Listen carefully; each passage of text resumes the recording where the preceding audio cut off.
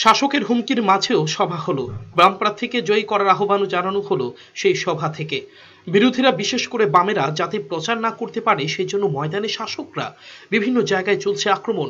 কর্মসূচিতে যোগ না দেওয়ার জন্য ভয়, হুমকির অভিযোগ উঠছে বিজেপির বিরুদ্ধে। মঙ্গলবার এমন ঘটনা বিশালগড় মহকুমার মধুপুরে। এদিন পশ্চিম আসনের বাম প্রার্থী শঙ্কর প্রসাদ দত্তের সমর্থনে সভা হয় সেখানে। অভিযোগ, সভায় না আসার জন্য মানুষকে ভয় দেখানো হয়েছিল বিজেপির তরফে।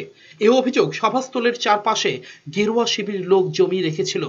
এসব উপেক্ষা করেই সেখানে সভা হয়। উপস্থিত ছিলেন প্রার্থী শঙ্কর প্রসাদ দত্ত, বিধায়ক নারায়ণ চৌধুরী সহ অন্যরা।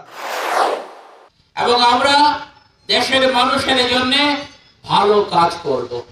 আমরা জিনিসপত্রের দাম কমাবো। আমরা বেকারদের জন্য, শুনেছেন সভাপতি বলেছেন যে 2 কোটি বেকার প্রতি বছর কাজ দেব, তাহলে 5 বছরে 10 কোটি বেকারের কাজ হয়ে যাবে। আমরা কৃষকদের জন্য ফসলের 1.5 গুণা দাম দেব।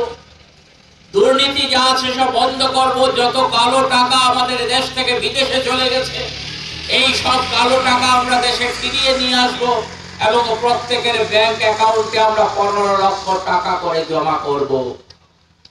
এখন আমি জানি না মধুপুর বাজারে কারোর ব্যাংক অ্যাকাউন্টে 15 লক্ষ টাকা দিল্লি থেকে এসে জমা পড়েছে কিনা।